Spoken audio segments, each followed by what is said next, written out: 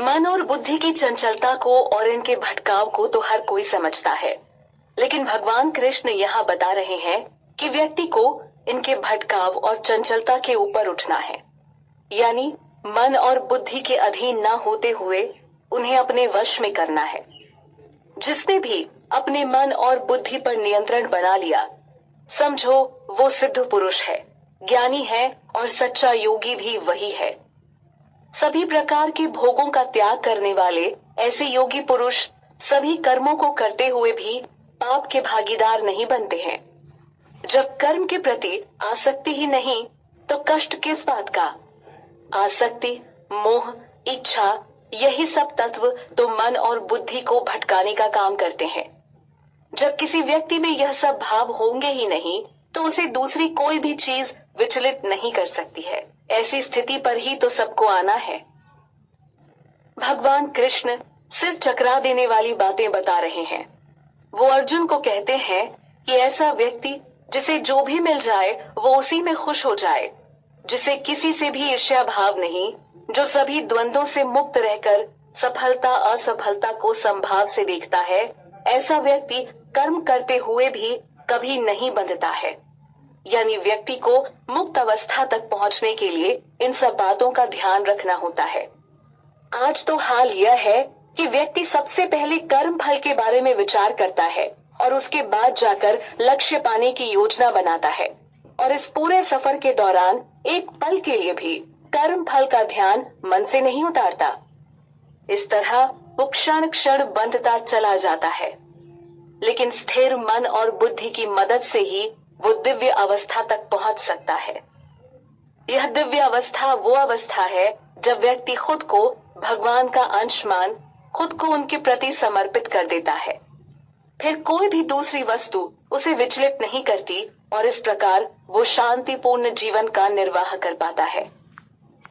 कर्म योग में निपुण व्यक्ति इस बात को अच्छे से समझता है कि यज्ञ को भगवान की खुशी के लिए किया जाता है, इसलिए वो अपने सभी कर्मों को कर्म योग के अंतर्गत भगवान की खुशी के लिए करते हुए आगे बढ़ता है। वो इस बात को समझ चुका होता है कि ईश्वर के अलावा उसके लिए खुशी का कोई दूसरा मार्ग नहीं। एक अज्ञानी व्यक्ति पूरे जीवन भर अपने लिए कर्म करते हुए भी खुशी नहीं खोज पाता। यह खुशी सिर्फ सच्चे ज्ञान में स्थित व्यक्ति को मिलती है। ज्ञान से प्रकाशित व्यक्ति कर्म फल के प्रति कोई लगाव या मोह नहीं रखता। इस श्लोक में भी भगवान कृष्ण अर्जुन को इसी मुद्दे पर बता रहे हैं कि जिसके मन से लगाव मिट चुका है, समझो वो मुक्त है। जिसका चित्त मोह को छोड़कर पूर्ण रूप से ज्ञान में स्थित हो चुका है, समझो फिर उसके सभी कर्म विलीन हो जाते हैं। विलीन होने के अर्थ को इस प्रकार समझा जा सकता है कि व्यक्ति के द्वारा किया हर कर्म प्रतिक्रिया के चरण से गुजरता है, लेकिन यज्ञ के लिए कर्म करने वाले व्यक्ति के सब कर्म इस प्रतिक्रिया चक्र से सुरक्षित होते हैं। इस श्लोक को बड़े ही ध्यान पूर्वक समझने की आवश्यकता है। यहाँ भगवान कृष्ण अर्जुन को बता रहे हैं कि जिस यज्ञ में अर्पण भी ब्रह्म है, यज्ञ में प्रयोग होने वाला द्रव्य भी ब्रह्म है। यहाँ कर्ता को भी ब्रह्म रूप बताया गया है, जिसके द्वारा ब्रह्म रूप अग्नि में आहुति देने की क्रिया भी ब्रह्म है। इस प्रकार का यज्ञ करने वाले व्यक्ति को जो फल मिलता है वो भी ब्रह्म रूप ही होता है। ब्रह्म को पहले भी परम सत्य के रूप में समझाया जा चुका है। कर्म को अच्छे या बुरे तरीके से करने से या उसका परिणाम भी अच्छा या बुरा आता है, जो कि व्यक्ति के बंधन का कारण बनता है। लेकिन कर्म से मुंह भी नहीं मोड़ा जा सकता। श्री कृष्ण ने इसीलिए कर्म को करने का सही तरीका बताया है। जो भी कर्म खुद के लिए ना होकर भगवान की खुशी के लिए होता है, उसका फल व्यक्ति के लिए कभी भी बंधन नहीं होता है। यहाँ ऐसे कर्म योगियों की बात उठी है जिनकी देवताओं में पूर्ण निष्ठा होती है।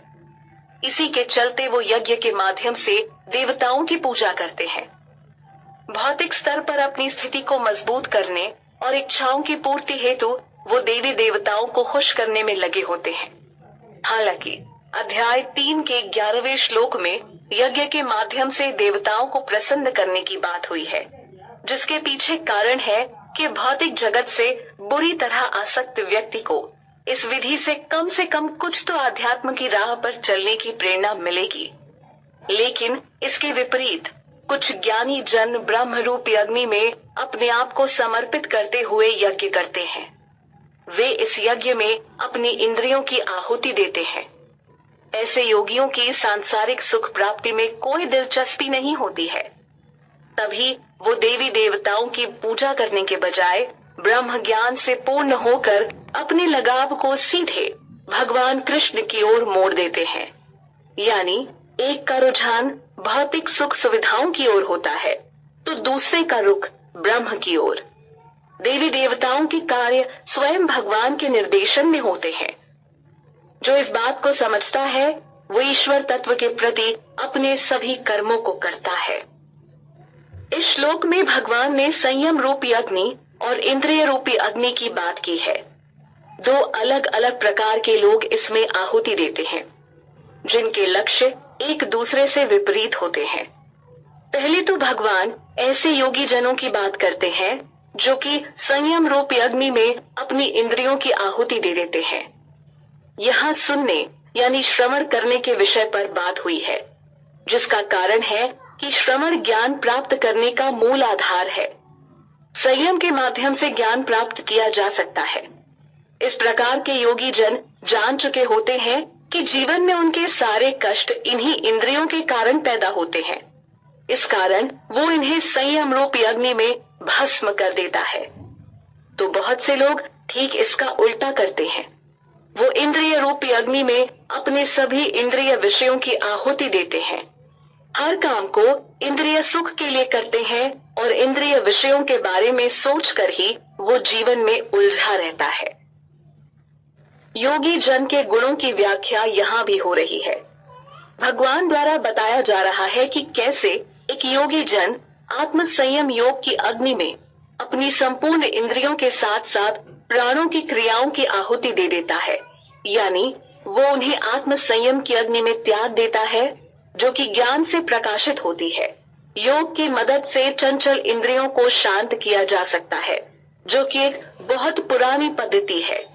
समाधि अवस्था में आकर एक मुनि योगी प्राणों की क्रिया को रोक सकता है। ज्ञान को एक बड़ा तत्व बताया गया है, जो कि व्यक्ति को सही राह दिखाता है। ज्ञान ही तो है जो व्यक्ति को भौतिक कष्टों से निकाल ईश्वर की राह दिखाता है। संयम और यज्ञ करने का मार्ग भी तो यही ज्ञान दिखाता है। और जिसने इस ज्ञान अग्नि में अपनी समस्त इंद्रियों को त्याग दिया, उसके लिए आत्म साक्षात्कार का रास्ता आसान हो जाता है। लेकिन सिर्फ इंद्रियों में लगे व्यक्ति के लिए इसकी कोई संभावना नहीं होती, जब तक उसे ज्ञान न हो जाए। इस श्लोक के माध्यम से भगवान अलग अलग प्रकार के यज्ञ के बारे में बता रहे हैं। हर व्यक्ति अपने उद्देश्य या कामना के अनुसार यज्ञ करता है। जैसा कि कुछ द्रव्य रूप में यज्ञ करते हैं। द्रव्य से तात्पर्य हुआ व्यक्ति का कोई सामान, वस्तु या पदार्थ। आप इसे दान, पुण्य या संपत्ति के यज्ञ के रूप में भी समझ सकते हैं। तो वहीं कुछ साधक तपस्या के रूप में यज्ञ करते हैं। कोई योग के रूप में यज्ञ करता है और कोई साधक अपनी किसी विशेष कामना के लिए कठिन व्रत करके यज्ञ करता है। कोई तो ज्ञान यज्ञ के माध्यम से दिव्य ज्ञान को प्राप्त करता है। ज्ञान के लिए ऐसा व्यक्ति वेद, पुराणों व अन्य शास्त्रों का गहन अध्ययन करता है। योगी जनों में कुछ तो ऐसे भी होते हैं जो अपान वायु में प्राण वायु को रोक देते हैं और प्राण वायु में अपान वायु को रोक देते हैं। यहाँ अपान वायु का अर्थ हुआ शरीर से बाहर जाने वाली वायु और प्राण वायु जो कि शरीर के भीतर आती है। कई योगी साधु तो इस अपान और प्राण वायु को रोककर समाधि की स्थिति में आ जाते हैं। उन्हें सांसों की गति को रोककर प्राणायाम करना आता है, क्योंकि उनका इन पर पूरा नियंत्रण होता है। एक आम व्यक्ति शरीर के अंदर बाहर जाने वाली वायु पर ध्यान देना जरूरी नहीं समझता है, क्योंकि उसके लिए यह हर रोज की एक क्रिया है जो स्वतः ही हो रही है। तो उसके लिए इस प्रकार का यज्ञ करना संभव नहीं। यज्ञ योग साधना या प्राणायाम को आत्म साक्षात्कार के उद्देश्य से प्रकट किया गया था। जो इसे समझ गया वो ईश्वर तत्व को भी समझ गया। जिस प्रकार अपान और प्राण वायु पर नियंत्रण करने वाले सिद्ध पुरुष की बात हुई है, उसी तरह यहाँ भी योगी जनों के एक ऐसे वर्ग की बात हुई है जो कम खाते हैं और उन्होंने अपना आहार नियमित किया हुआ है। ऐसे लोग प्राण की प्राण में आहुति देते हैं। कम खाने के पीछे का उद्देश्य इंद्रियों को नियंत्रण में रखना होता है। ये सभी साधक वो हैं जिन्हें यज्ञों के बारे में पता है और इसी की मदद से वो पापों का नाश कर पाते हैं। पिछले अध्याय में भी भगवान अर्जुन को कई बार बुद्धि को स्थिर करके सिर्फ कर्म करने की सलाह देते हैं। श्री कृष्ण मन की अस्थिरता का कारण बताते हैं और इसका समाधान भी। इंद्रियों की चंचलता ही मन का भटकाव है, इसीलिए इंद्रियों के प्रति व्यक्ति की आसक्ति को मिटाने के लिए यहाँ यज्ञ के लिए कर्म करने की सलाह दी जा रही है। तो ऐसे योगी जन प्राण की प्राण में आहुति देकर अपनी इंद्रियों को संयमित करते हैं और ईश्वर तत्व को प्राप्त करते हैं। भगवान इस बात को उजागर करते हैं कि आखिर ऐसे योगी जन किस प्रकार एक आम व्यक्ति से अलग हैं और यज्ञ करके उनको क्या परिणाम मिलता है। भगवान बताते हैं कि हे कुरुश्रेष्ठ, ऐसे योगी जन त्याग और अर्पण से मिले फल रूपी अमृत को चखकर सनातन परम ब्रह्म यानी परमात्मा को प्राप्त होते हैं। इसके विपरीत जो यज्ञ नहीं करता उसको यह लोक भी नहीं मिलता। तो ऐसे में परलोक मिलने की बात पर क्या कहा जा सकता है। एक आम व्यक्ति जो विषयों के प्रति आसक्ति रखते हुए हर कर्म करता है, उसका अगला जन्म क्या होगा इसका फैसला प्रकृति करती है, क्योंकि व्यक्ति प्रकृति के 3 गुणों द्वारा ही नियंत्रित होता है। तो इस प्रकार व्यक्ति 84 लाख योनियों में भटकता रहता है। विषयों से आसक्ति के साथ वो परम ब्रह्म को नहीं पा सकता, लेकिन ज्ञान व यज्ञ से ईश्वर मार्ग को खोजा जा सकता है, जैसे कि योगी जन करते हैं। भगवान कृष्ण ने ऊपर सिर्फ कुछ ही यज्ञों के बारे में बताया और यहाँ कहते हैं कि ऐसे ही अनेक और यज्ञ हैं जिनका वर्णन वेदों में विस्तार से हुआ है। यह व्यक्ति के विभिन्न प्रकार के कर्मों से उत्पन्न होते हैं। इन यज्ञों को व्यक्ति अपने शरीर, इंद्रिय और मन के अनुसार संपन्न कर सकता है। वेदों में यज्ञों की ऐसी ही व्यवस्था बताई गई है जिसे भौतिक धरातल पर फंसा व्यक्ति भी करके ज्ञान मार्ग पर आ सकता है और आखिरकार परम ब्रह्म को प्राप्त होने योग्य बन सकता है। यज्ञ करने से ही व्यक्ति को उसके कर्म बंधन से मुक्ति मिल सकती है। कई प्रकार के यज्ञों की चर्चा ऊपर हुई है। उन्हीं में से एक द्रव्यमय यज्ञ है, जिसका अर्थ किसी सामान, वस्तु या पदार्थ से है जिनका एक सांसारिक आधार होता है। व्यक्ति इसी सांसारिक स्तर पर न रह जाए, इसीलिए इसकी तुलना में ज्ञान यज्ञ को भगवान द्वारा श्रेष्ठ बताया गया है। व्यक्ति को जब तक भौतिक सुख मिलते हैं वो उन्हीं में लिप्त रहता है। ऐसे में दिव्य ज्ञान की आवश्यकता होती है जो उसे परमात्मा से परिचित करवा सके। भगवान कृष्ण अर्जुन को कहते हैं कि क्योंकि हे पार्थ, सारे कर्म तत्व ज्ञान में समाप्त हो जाते हैं, या दूसरे शब्दों में कहें तो सारे कर्म ज्ञान में समाहित हो जाते हैं। जो दिव्य ज्ञान के आधार पर कर्म करता है उसे कर्म से मिलने वाले लाभ में कोई रुचि नहीं होती है। वो बस आसक्त रहकर कर्म करता है। वैसे भी मनुष्य के बंधन का कारण उसकी अज्ञानता ही तो है, जिसके चलते हर यज्ञ का एक ही प्रयोजन है, वो है व्यक्ति को ब्रह्म ज्ञान से मिलवाना, ताकि वो जीवन के कष्टों और जन्म मृत्यु के चक्र से मुक्त हो जाए। परम तत्व या ब्रह्म को व्यक्ति मात्र अपनी बुद्धि के बल पर नहीं समझ सकता। भगवान कृष्ण ने अध्याय की शुरुआत में बताया है कि कैसे उन्होंने योग विद्या का ज्ञान सबसे पहले सूर्य देव विवस्वान को दिया था। उसके बाद एक गुरु परंपरा के अंतर्गत ज्ञान को आगे तक पहुंचाया गया, लेकिन गुरु परंपरा टूटने के कारण श्री कृष्ण ने उस ज्ञान को पुनः अर्जुन के सामने प्रस्तुत किया।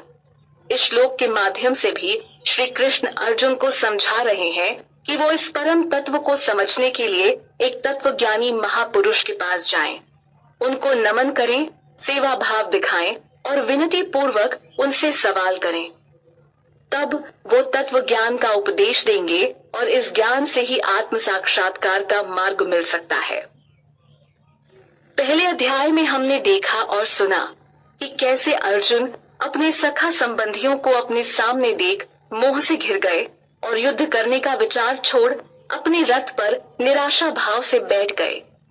क्या यह उचित था? क्या यही युद्ध भूमि की मांग थी? क्या यही धर्म की मांग थी? नहीं, बिल्कुल नहीं। अगर भगवान कृष्ण ने अर्जुन को ज्ञान नहीं दिया होता तो आज हर कोई उनके पद चिन्हों पर चल रहा होता, क्योंकि अर्जुन के जैसे ही भाव तो हर व्यक्ति के मन में आते जाते रहते हैं। मोह से ग्रस्त व्यक्ति अपने कर्तव्यों को सही ढंग से नहीं कर पाता, जिसके चलते ही भगवान ने पिछले श्लोक में अर्जुन को तत्वज्ञानी महापुरुष के पास जाकर विनम्र भाव से ब्रह्म ज्ञान लेने को कहा था। जिस परम तत्व को जानकर वो दोबारा कभी मोह में नहीं पड़ेगा और इस ज्ञान के बाद ही वो जान सकेगा कि हर जीव भगवान का अंश है और फिर वो सबको आत्म स्वरूप में ही देखेगा। आत्म स्वरूप यानी आत्मा का ज्ञान होने पर व्यक्ति फिर शरीर के नष्ट होने से जुड़े दुख से बाहर आ जाता है। वो अपने शाश्वत होने को मान लेता है। बस यही तो समझने की आवश्यकता है। ज्ञान की महिमा का वर्णन यहाँ भी मिलता है और पहले भी ज्ञान यज्ञ को द्रव्यमय यज्ञ से बेहतर बताया जा चुका है। इस श्लोक में भगवान कृष्ण अर्जुन को कहते हैं कि अगर तुम सभी पापियों में सर्वाधिक पापी भी हुए तो क्या, इस ज्ञान रूपी नौका में बैठकर संपूर्ण पाप सागर को पार कर सकते हो। यही ज्ञान की शक्ति है कि वो बुरे से बुरे व्यक्ति का भी भला कर सकती है। एक आम व्यक्ति जो अपनी अज्ञानता के कारण एक लंबे काल तक दुख भरा जीवन बिताता है और सोचता है कि अब यही दुख उसका अंत भी है, तो ऐसा नहीं है। वो व्यक्ति ज्ञान पाकर पुनः अपने जीवन को सुख शांति से भर सकता है, वह अपना कल्याण कर सकता है। आत्म स्वरूप का ज्ञान केवल अच्छे व्यक्तियों के लिए ही नहीं दिया गया है, अपितु पापी व्यक्ति भी इसकी मदद से अपना भला कर सकता है और भगवान कृष्ण से जुड़ सकता है। यहाँ ज्ञान की तुलना अग्नि से की गई है। भगवान कृष्ण अर्जुन को समझाते हैं कि हे अर्जुन, जिस प्रकार अग्नि सभी तरह के ईंधनों को जलाकर भस्म कर देती है, ठीक उसी प्रकार ज्ञान भी सभी कर्म फलों को जलाकर भस्म कर देता है। कर्म फलों को व्यक्ति के लिए बंधन का कारण माना गया है, जबकि ज्ञान को मुक्ति का साधन माना गया है, जिसकी मदद से व्यक्ति मुक्ति मार्ग को जान सकता है। ज्ञान को सबसे महत्वपूर्ण बताया गया है क्योंकि यह व्यक्ति को सही रूप में संचालित करता है। अगर व्यक्ति को ज्ञान है कि वो रोज अपने काम पर समय से नहीं गया तो इससे उसकी नौकरी जा सकती है या वेतन में कटौती हो सकती है, तो यह ज्ञान उसे रोज समय से ऑफिस जाने को प्रेरित करेगा।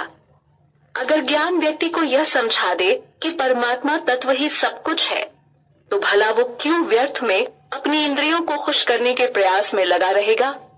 वो मोह, माया, काम व लोभ जैसे विकारों को छोड़कर सिर्फ आत्म साक्षात्कार में लग जाएगा। ज्ञान की यही महिमा है कि वो पापियों का भी उद्धार करवा देता है। भगवान कृष्ण के माध्यम से हमें पता चलता है कि ज्ञान के समान पवित्र करने वाला दूसरा कोई भी साधन नहीं है। जो कर्म योग में पूरी तरह निपुण हो जाते हैं, ऐसे सिद्ध पुरुष इस तत्व ज्ञान यानी दिव्य ज्ञान को अपनी आत्मा में ही पा लेते हैं। ज्ञान को पाने व समझने की इच्छा अगर व्यक्ति के मन में आ गई तो बस समझो वो दुनिया संसार के झंझटों से बाहर निकलने योग्य बन गया। वैसे व्यक्ति के मन में इच्छाएं तो अनेक आती हैं।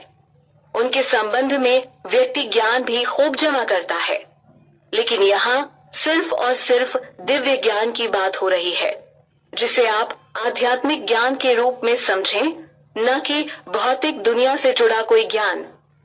भौतिक दुनिया से जुड़ा ज्ञान व्यक्ति को संसार से ही बांधता है, लेकिन ईश्वर तत्व को समझना ही सर्वश्रेष्ठ है। भौतिक धरातल पर व्यक्ति के जीवन का लक्ष्य सुख प्राप्त करना है, जिसे शांत मन से ही पाया जा सकता है।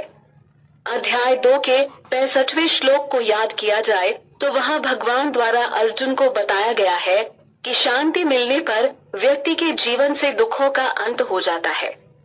दुखों के अंत से खुशी का अनुभव शुरू होता है और फिर प्रसन्न चित्त व्यक्ति की बुद्धि जल्द ही स्थिर अवस्था में आ जाती है। अब यहाँ पुनः शांति की बात उठी है, आखिर वो कैसे मिले?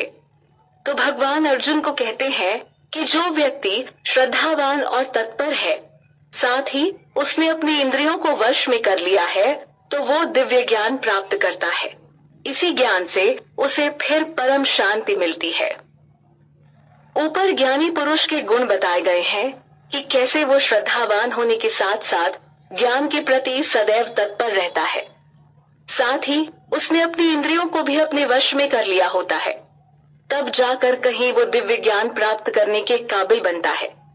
इसके विपरीत जो पुरुष अज्ञानी है, जिनमें बिल्कुल श्रद्धा भाव नहीं और जिनके मन में हमेशा संशय बना रहता है, ऐसे लोग नष्ट हो जाते हैं। जो लोग भगवान से जुड़ी बातें तो सुनते हैं लेकिन उस पर विश्वास नहीं करते या उन बातों को संदेह की दृष्टि से देखते हैं, तो उनका भला कैसे कल्याण होगा? बात बात पर शंका करने वाले ऐसे लोगों को परलोक क्या, इस लोक में भी सुख नहीं मिलता है। ज्ञान प्राप्त करने के लिए वेदों शास्त्रों का मार्ग बताया गया है, जिनके अध्ययन से ही वास्तविक लाभ मिलता है। लेकिन आज के समय में एक बड़ी संख्या में लोग वेद शास्त्रों को मात्र बोझ समझते हैं, परंतु यह बोझिल नहीं बल्कि व्यक्ति के जीवन से बोझ को हल्का करते हैं। यहाँ भगवान अर्जुन को कहते हैं कि हे धनंजय, जो व्यक्ति कर्म योग के माध्यम से अपने सभी कर्म फलों को त्याग चुका हो, जिसने ज्ञान प्राप्त कर अपने सभी संशयों को मिटा दिया हो, ऐसे आत्मवान व्यक्ति को कर्म नहीं बांध सकते। इसलिए हर व्यक्ति को शास्त्रों में लिखी बातों का पालन करना चाहिए। शास्त्रों में कई प्रकार के यज्ञों की बात हुई है, जैसे देव यज्ञ, ब्रह्म यज्ञ, ब्रह्मचर्य यज्ञ, गृहस्थ यज्ञ, इंद्रिय संयम यज्ञ, योग साधना यज्ञ, तपस्या यज्ञ, द्रव्य यज्ञ तथा स्वाध्याय यज्ञ। अगर व्यक्ति भगवत गीता में श्री कृष्ण द्वारा बताई गई बातों का भी पालन करता है, तो वो मुक्त हो जाएगा और परम आनंद को प्राप्त होगा।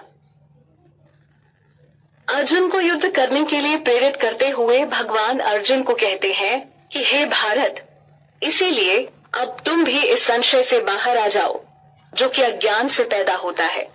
बाहर आने के लिए श्री कृष्ण मार्ग बताते हैं कि तुम ज्ञान रूपी तलवार से इस अज्ञानता को काट दो और कर्म योग में स्थित होकर युद्ध के लिए तैयार हो जाओ। भगवान ने सही ही तो बताया है। अज्ञानता के कारण ही व्यक्ति संशय में पड़ा रहता है, लेकिन ऐसे में भगवत गीता जैसे अमूल्य उपहार को पढ़ने और समझने में दिक्कत ही क्या है?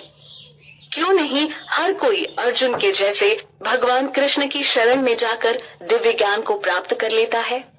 इसका कारण भी तो अज्ञानता है, जिसके अंधेरे में व्यक्ति खुद को होशियार समझता है, लेकिन पूर्ण ज्ञान के बिना भला कैसी शांति और कैसा सुख। इस श्लोक के साथ ही श्रीमद् भगवद गीता का 4था अध्याय ज्ञान कर्म संन्यास योग संपन्न हुआ। इसमें भगवान ने अविनाशी व पुरातन योग विद्या के बारे में बताया, जिस पर व्यक्ति को चलना चाहिए। इस अध्याय में भगवान ने कर्म, अकर्म और विकर्म के भेद को बताया है। साथ ही अर्जुन को बताया कि यज्ञ को भगवान की खुशी के लिए किया जाना चाहिए। अध्याय में कई प्रकार के यज्ञों की चर्चा हुई, जैसे द्रव्यमय यज्ञ, ज्ञान यज्ञ, तप यज्ञ आदि। लेकिन भगवान ने ज्ञान यज्ञ को सर्वश्रेष्ठ बताया है, जिसकी मदद से घोर पापी व्यक्ति भी पाप सागर को पार कर सकता है।